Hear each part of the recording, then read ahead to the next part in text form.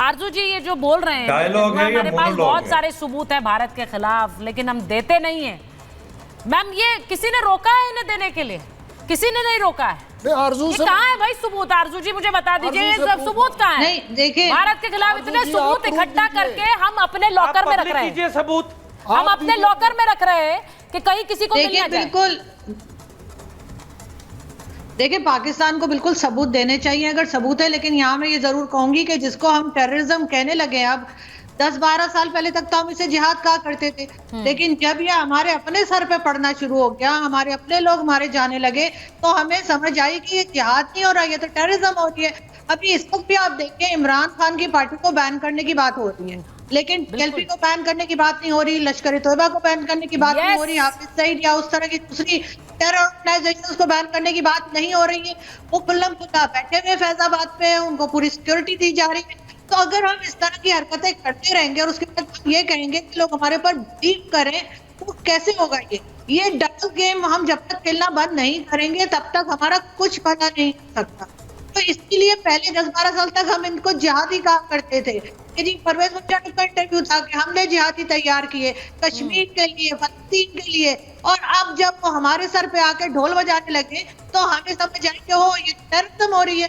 तो ये चीज जब तक हम समझ नहीं पाएंगे, ठीक नहीं करेंगे, हम दूसरों के ऊपर ही ब्लेम डालते रहेंगे और अपने आप को ठीक करने को तैयार नहीं।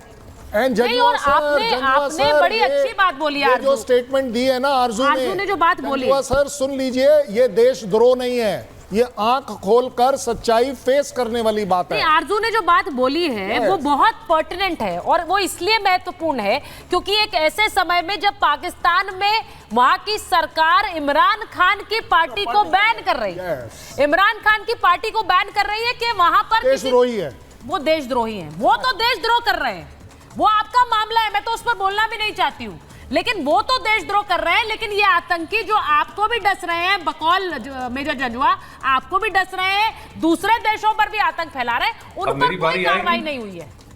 मेरी बारी आएगी या मैं? आपकी तो सर शुरू से बारी आ रही है, आपको कौन रोक रहा है? बोलिए ना। कर्नल साहब आपने कहा कि जनाब कंडेमनेशन नहीं आती, और मेजर तूर ने भी कहा कंडेमनेशन नहीं आती। आई एम ऑन रिकॉर्ड, 9 जुलाई को जो अटैक हुआ है उसके बाद जो प्रोग्राम हुआ है रिपब्लिक टीवी का, आई थिंक वो इंग्लिश लैंग्वेज वाला था, अर्नब वाला था, वो था या आपका हिंदी वाला था जी, आप वो निकाल के देख लें। मैंने in no uncertain words I denounced it and I detest it, और मैं आज फिर कह रहा हूं, terrorism in any form whether against Pakistan और India is not to be supported. Neither do I support, neither does my government, neither does my army. Hindi sir अपनी government को अपील कर देंगे, तो मैं आपको हिंदी में बता देता हूं, अपील कर देंगे ट्विटर पर, मैं कंडेम कर रहा हूं। एक मिनट सर, आपने मुझे कहा ना कंडेम करने का, तो ये कंडेमनेशन मेरे जंजुआ देखिए, कि मैं हर सूरत में कंडेम करता हूं। बात ये है कि आपका कंडेमनेशन, मैं आपको बोलने दूंगी, मैं बस एक ऐड ऑन कर रही हूं, मैं एक ऐड ऑन कर रही हूं।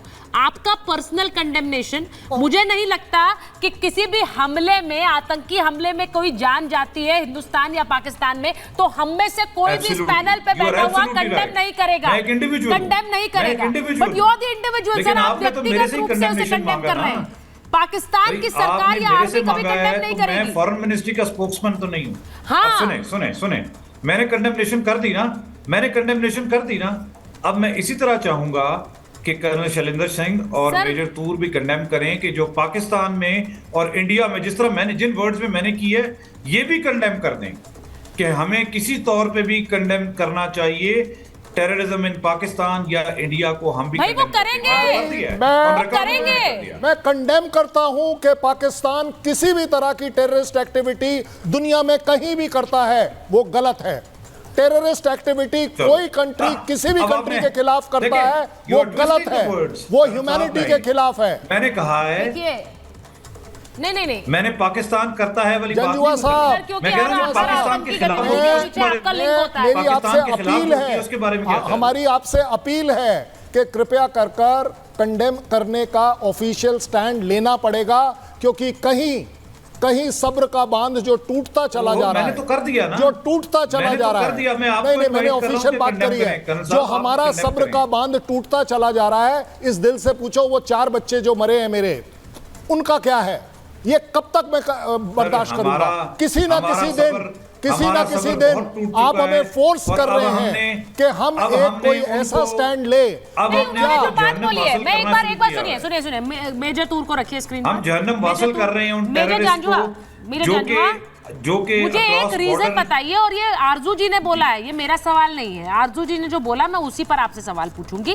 क्या कारण है कि पाकिस्तान में इमरान खान की पार्टी तो बैन होती है लेकिन टेररिस्ट आउटफिट्स बैन नहीं होती हैं? ये आपका स्टैंड नहीं दिखाता है कि आपके लिए इंपॉर्टेंट क्या है? उन्हीं का सवाल है, मेरा नहीं। अच्छा जी जी जी जी। अब फिर मैंने अगर आरजू के साथ डिबेट करनी है तो मैं आरजू के साथ कर लेता हूँ। नहीं, डिबेट आरजू की नहीं है, ये डिबेट ह्यूमैनिटी की है, ये एंटी टेररिज्म की डिबेट है। मेजर तूर क्या बात कर दी सर? मेजर तूर, इस सवाल का जवाब नहीं देना तो मेरा एक सवाल है। हाँ। आरजू मैम, एक सवाल है मेरा आपसे।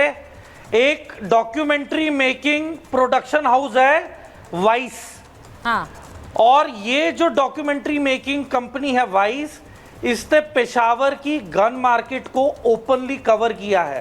हाँ। पेशावर में क्या कोई ऐसी गन मार्केट है जो ओपनली ऑपरेट होती है, सब्जी जहाँ मंडी पे बताओ। खुलेआम पिस्टल्स, M4, MP5 के ऑर्डर्स दिए जाते हैं और वो मैन्युफैक्चर होते हैं बाई हैंड? उसे हथियार Is मंडी it true? कहते हैं। मुझे इसका फिर- कुछ या ठीक फिर से वेस्टर्न पता नहीं है कि कंट्रीज में पेशावर में यूज ऐसी होती मार्केट है या नहीं है, लेकिन ये जरूर है कि पाकिस्तान में अगर आपके पास पैसा हो तो आपको सब कुछ मिल सकता है। पैसा हो तो सब मेरे से सवाल का जवाब लीजिए, मैं आपको देखिए, मैं जवाब देता हूं। आपको भी पता है मेजर तूर आपको इसका सवाल आरजू को नहीं, आपने गलत बंदे से सवाल किया, मेरे से करें। मैं जवाब देता हूं। भाई एक मिनट रुक जाइए। जो मेजर जंजुआ, मैंने जो सवाल पूछा उसका तो जवाब आपने दिया नहीं। एक और जो वो आरजू जी से पूछ रहा है उसका जवाब देने के लिए अच्छा चलो, आप आगे आ रहे हैं। वो जवाब देंगे कि आपके सवाल का मेजर जंजुआ, आपके सवाल का जवाब भी दे। आपको जी जी जी जी, हुक्म। प्रोटेक्शन ऑफ डेमोक्रेसी जरूरी है या प्रोटेक्शन ऑफ टेररिस्ट जरूरी है? जी अच्छा जी। अब पहली बात आ गई आपके इस पहले सवाल का, जो कि लेटेस्ट सवाल है, इसका जवाब दे देते हैं। प्रोटेक्शन ऑफ डेमोक्रेसी बहुत जरूरी है और प्रोटेक्शन अगेंस्ट टेररिस्ट जरूरी है, जो कि हम कर रहे हैं। प्रोटेक्शन अगेंस्ट टेररिस्ट, ये पहला सवाल हो, ये आपके इस सवाल का जवाब होगा। दूसरा जो आपने कहा कि जी पेशावर में आपको पहले ट्राइबल कल्चर पूरे KPK और जितना का सारा वो अफगान बॉर्डर लाइन है उसको समझना पड़ेगा।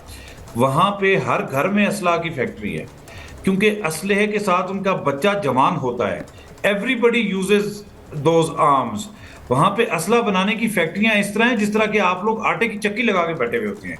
This is the fact. और वहां से लोग असला लेके उसको लाइसेंस कराते हैं, जो कि KPK के रहने वाले हैं या वो अर्स्टवाइल फाटा के रहने वाले हैं। वो तो कई लोग लाइसेंस भी नहीं कराते हैं, लेकिन वहाँ पे असले की फैक्ट्रियाँ हैं और सारी रेगुलेटेड है, सारी लाइसेंस्ड है, उनके ऊपर गवर्नमेंट की आई है। तो असला तो वहाँ पे हर दूसरे घर में बन रहा है। पठान हो नहीं सकता कि वो पठान का बच्चा हो और वो बचपन में जो है वो किसी AK-47 के साथ ना खेलता हो। AK-47 पाकिस्तान मेड जो है ये .22 वो हर दूसरे घर में बन रही है। देखिए, असले की फैक्ट्रियों के ऊपर आपके सवाल का जवाब।